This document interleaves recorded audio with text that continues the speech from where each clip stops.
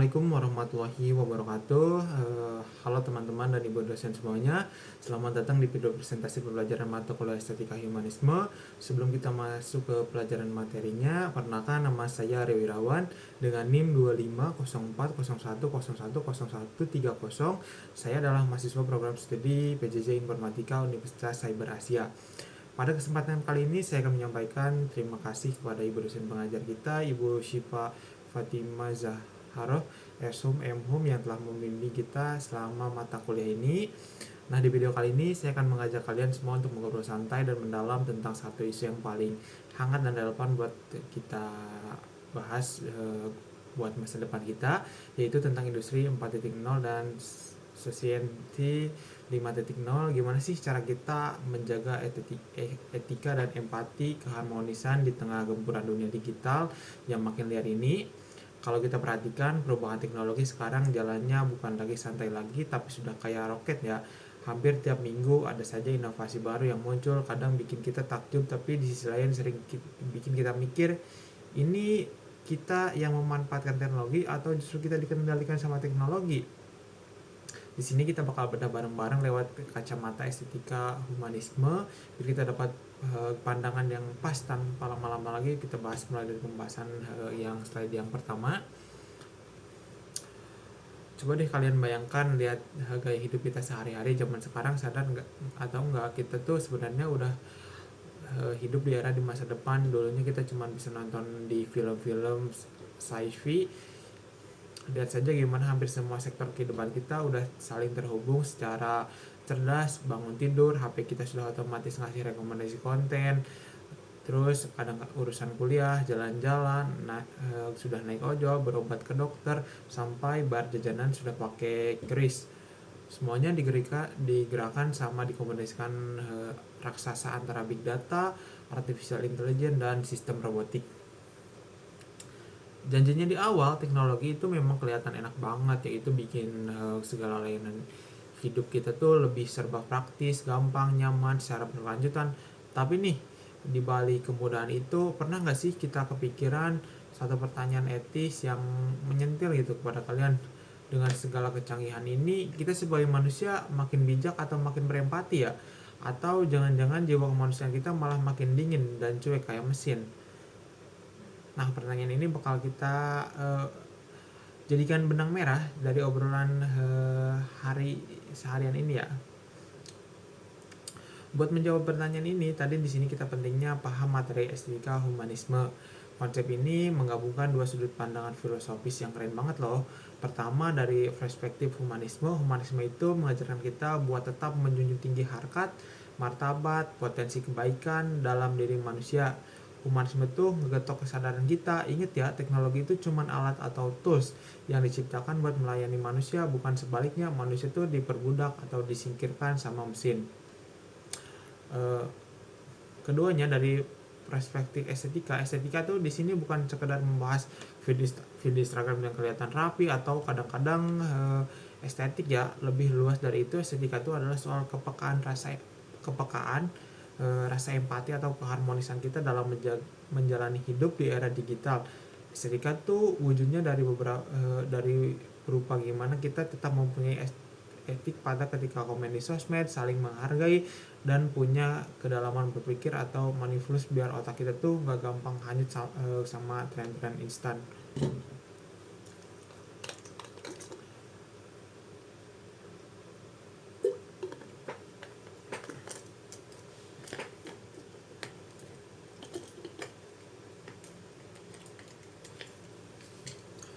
Oke, kita lanjut ya. Biar pemahaman kita makin nyambung, yuk kita coba flashback sebentar, lihat perjalanan sejarah industri dari zaman dulu sampai sekarang. Peradaban modern kita tuh ternyata melewati 4 gelombang revolusi yang sangat besar. Yang pertama itu ada industri 1.0 dari 1750 sampai 1850. Dimulai pas mesin uap pertama kali ditemukan. Ini mengubah dunia banget karena kerjaan kasar itu tadinya mengandalkan otot manusia dan hewan mulai digantikan sama mesin mekanis. Yang kedua, industri 2.0 itu tahun 1870 sampai 1914. Pas tenaga listrik ditemukan dalam mulailah sistem pabrik massal atau yang disebut dengan assembly line. Barang-barang jadi bisa dibikin banyak dalam waktu singkat dan lahir deh inovasi kayak mobil sama telepon. Yang selanjutnya itu ada industri 3.0 atau di tahun 1970 sampai 2000. Ini era revolusi digital awal, komputer pribadi, internet sama otomatisasi mulai masuk ke kantor-kantor. Jarak udah bukan masalah lagi karena kita kirim kabar bisa dengan hitungan detik ya. Nah, di industri sekarang atau industri 4.0 dari tahun 2020 sampai sekarang, dan boom di sinilah kita sekarang tuh di mana dunia nyata tuh internet tuh udah menyatu tanpa batas ya. Semua digerakkan sama sistem cyber fisik, Internet of Things atau IoT, artificial intelligence atau AI, dan jaringan-jaringan internet yang sangat super super cepat ya. Nah, eh, ada satu hal yang seru tapi juga agak ngeri juga di era revolusi industri 4.0 ini, yaitu hadirnya nama disrupsi. Di era ini hukum bisnis kuno udah nggak berlaku lagi. Dulu kita pikir makin gede gedung perusahaannya pasti makin tua umurnya makin aman bisnisnya. Nah sekarang nggak berlaku ya. Di era 4.0 kunci sukses itu cuma satu, yaitu kelincahan alias agility dalam beradaptasi. Lihat saja contoh-contoh sekitar kita, perusahaan taksi konvensional atau hotel-hotel bintang 5 yang udah berdiri puluhan tahun tiba-tiba langsung mengap-ngap pas kedatangan pemain baru yang berbasis aplikasi kayak Gojek, Airbnb. Padahal mereka tuh nggak punya armada mobil sendiri atau gedung hotel sendiri, tapi mereka tuh lincah memanfaatkan teknologi ya. Intinya semua intinya siapa yang lemot dalam beradaptasi itu siap-siap tergalis zaman ya. Sebenarnya apa sih bumbu rahasia yang bikin industri 4.0 ini begitu powerful? Dari sekian banyaknya teknologi ada 3 pilar utama yang jadi fondasinya. Yang pertama itu ada IoT atau Internet of Things. Konsep ini dimana barang-barang sekitar kita dipasangin sensor, konektor internet. Efeknya barang-barang itu bisa saling ngobrol, mengirim data, jalannya otomatis tanpa perlu kita aspek manual lagi. Yang kedua adalah big data. Ini adalah sistem yang menggambarkan tumpukan data dan jumlah raksasa banget ya, dan terusnya nambah tiap detiknya. Data ini diolah pakai rumus canggih buat menebak tren pasar, memahami kebiasaan pengguna, dan mengambil keputusan bisnis yang akurat banget. Jadi si big data ini banyak sekali dimanfaatkan oleh sektor-sektor di perusahaan-perusahaan yang mengandalkan penjualan seperti dari baju. Mungkin jika kalian punya Shopee, nah di Shopee itu sendiri pasti dia akan ngetren nih, mana yang paling ngetren pasti dia akan menjadi top top pencarian kita ya. Nah yang terakhir itu ada yang paling familiar, itu ada artificial intelligence atau AI, otak buatan yang dibikin biar komputer tuh biar bisa mikir, belajar dari data, mengambil tindakan sendiri. Makin sering dioperasikan data ini, bahkan makin pintar menebak dan menyelesaikan tugas-tugasnya. Yang selanjutnya tapi nih ya, sebenarnya mahasiswa fisika informatika itu yang belajar estetika humanisme itu nggak boleh cuman silau sama canggihnya doang ya. Kita juga harus kritis melihat efek samping negatif yang ditimbulkan sama diskusi 3 bidang utama ini. Pertama, bidang yang pertama itu ada dari sektor sosial. Orang-orang yang makin banyak pindah ke kota-kota besar, tapi anehnya lapangan pabrik justru makin tipis karena bos-bos pabrik lebih memilih di robot, kerjaannya cepat, nggak pakai lelah, nggak minta naik gaji. Ini bikin banyak pekerjaan kasar terancam nganggur sekali ya. Karena banyak beberapa seperti di perusahaan saya pun sekarang udah mulai berotasi ke mesin-mesin canggih ya. Nah, yang kedua adalah sektor ekonomi. Toko online atau e-commerce makin jaya sekarang ya. Tapi di sisi lain kasihan juga nih toko-toko kelontong atau pedagang-pedagang di pasar tradisional makin sepi pembeli karena kalah saingnya sama harga online yang miring banget. Kalau kita analisis kenapa sih si pasar online itu harganya miring-miring banget? Setelah saya pelajari dengan ngobrol juga dengan beberapa yang emang incas di toko-toko online, pertama dia tuh nggak perlu yang namanya sewa tempat. Sewa tempat itu kalau kata kakak saya itu cukup lumayan besar ya harga sewa tempat di ruko-ruko toko seperti itu. Yang kedua juga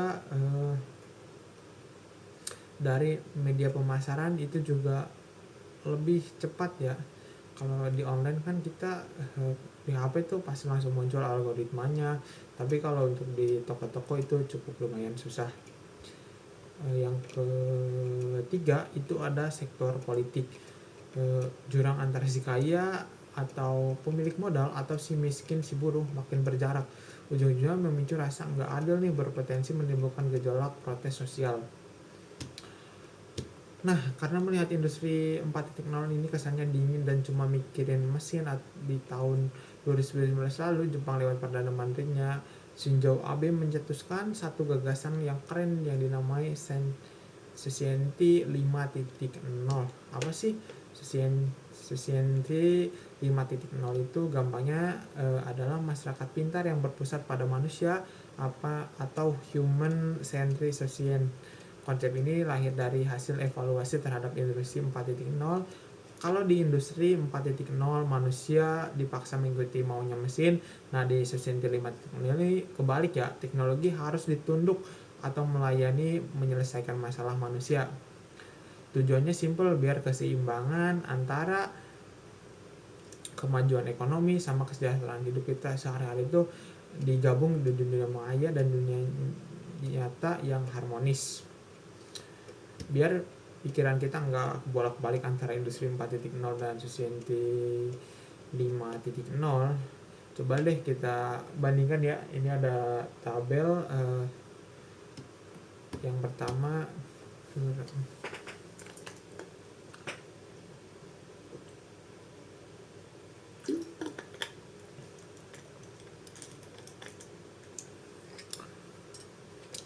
yang pertama fokus utamanya industri 4.0 fokusnya ke teknologi dan pabrikasi.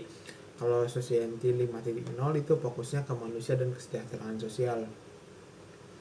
Dari pemain utama atau yang in charge-nya, yang pertama dari industri 4.0 peran utamanya itu adalah mesin dan sistem otomatis. Nah, kalau di society 5.0 peran utamanya tetap manusia, teknologi juga jadi prompts atau alat bantu saja. Tujuan akhirnya industri 4.0 mengejar barang-barang yang diproduksi masih. Kalau society itu tujuannya menyelesaikan masalah sosial kayak kemiskinan atau pemerataan fasilitas. Yang selanjutnya ada pendekatan industri 4.0 itu haven to industry atau terjadi di industri. Kalau society itu haven to society atau terjadi di masyarakat. Terus kehidupan nyata society 5.0 membentuk dua lingkungan antara ekosistem keren. Pertama, ekosistem pintar kohesif. Tatanan masyarakat nggak cuma dilihat dari seberapa banyak produksi pabrik, tapi juga membiasakan diri kreator, web developer, atau yang punya bisnis online yang bikin kita bisa ngobrol atau jualan sama siapa aja di seluruh belahan bumi tanpa halangan batasan negara. Yang kedua, ekosistem well-being, kesejahteraan dan kebahagiaan. Ini bagian paling manis dari society 5.0 ya.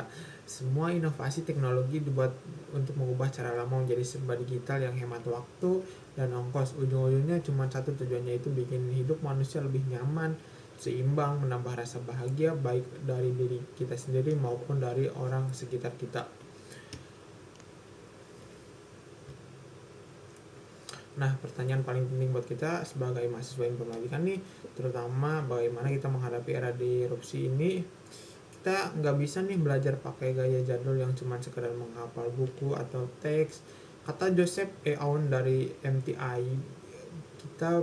kita nggak mengurus sama AI, kita wajib menguasai 3 literasi baru.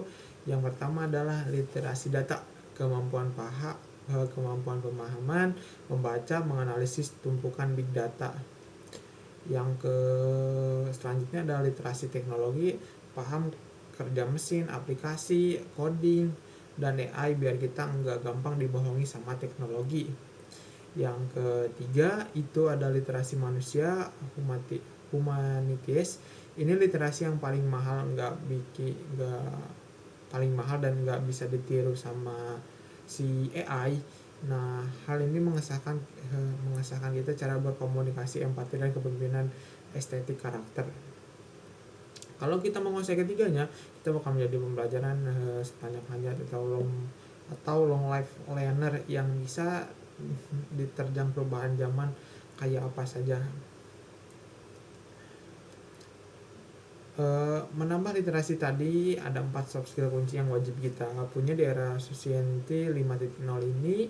Yang pertama adalah leadership, kepemimpinan adalah aktif. Karakter bos zaman sekarang tuh bukan yang senang memerintah, tapi pemimpin yang berani mau mendengar masukan dari tim dan senang mengembangkan bakat juniornya. Yang kedua ada language skill, jago bahasa karena internet mengabungkan kita ke seluruh dunia. Kemampuan bahasa universal jadi modal paling nambah buat nambah teman, jaringan bisnis antar global. Seperti sekarang aku juga kan kerja di remote di beberapa negara, itu cukup lumayan juga ya untuk bahasa tuh. Terkadang ada beberapa yang memang harus dengan bahasa lokal si yang memberi job itu sendiri, makanya kadang-kadang aku harus paham dari beberapa bahasa luar gitu. Yang pertama ada IT literasi atau melek IT, paham dasar-dasar dari digital itu wajib biar kita cara pikir otak kita itu tetap fleksibel ya, atau continuous flexibility. Writing skill atau jago nulis. Menulis itu cara paling mantap buat menuangkan ide kreatif atau kritis kita lewat tulisan tuh atau publikasi. Gagasan positif bisa dibaca, ngasih dampak luas juga buat masyarakat ya. Kalau kita menarik isu ini ke negara kita, Society ini selainnya dijadikan blueprint atau peta jalan pembangunan nasional Indonesia.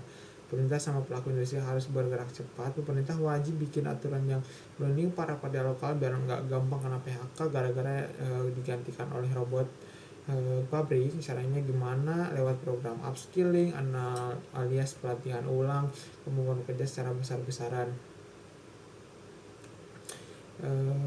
Ini dikerjakan bareng bersama pengembangan industri digital berbasis AI dan IoT. Ini inti dari paradigma humanitis, inovasi teknologi bikin murni buat bantu untuk memajukan masyarakat, bukan buat menyingkirkan manusia.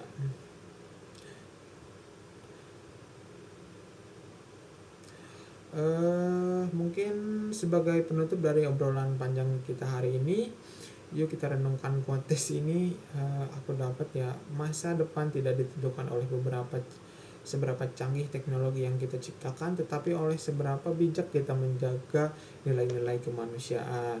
Revolusi industri memang ngasih kita mesin-mesin yang super cepat, canggih, dan tapi Society 5.0 juga memberikan nilai estetika humanisme yang ngasih kita jiwa, etika, kompas moral. Keduanya mengingatkan kita kalau sejauh apapun teknologi berkembang, manusia harus tetap memegang kendali utamanya. Yuk kita jadikan generasi pintar teknologi, tapi nggak pernah kehilangan rasa empati dengan kehangatan manusia.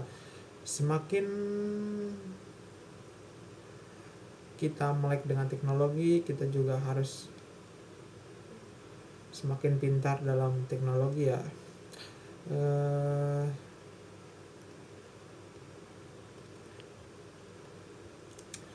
Yang selanjutnya ini ada slide terakhir ya. Berikut adalah rujukan referensi pustaka ilmiah yang saya gunakan untuk menyusun seluruh materi presentasi ini. Yang pertama itu ada Aun JE 2017, Fukuyama 2018, Hamdan 2018, Hendriansyah 2019 itu e-commerce di era industri 4.0 dan Society 5.0. Ada Ibdaha, penguatan literasi baru pada guru dan masyarakat dalam menjawab tantangan revolusi 4.0. Modul bahan ajar estetika humanisme di pertemuan ke-14 sama Nastiti, ini kesiapan pendidikan Indonesia menghadapi era Society 5.0, dan Solhab ke 2016 The Fourth Industry Revolution Generate World Economic Forum. Yang selanjutnya ada Suherman Munasi Wibowo dan Indrawan 2020 Indonesia 4.0 versus Susienti 5.0 Banyumas Pena Persada.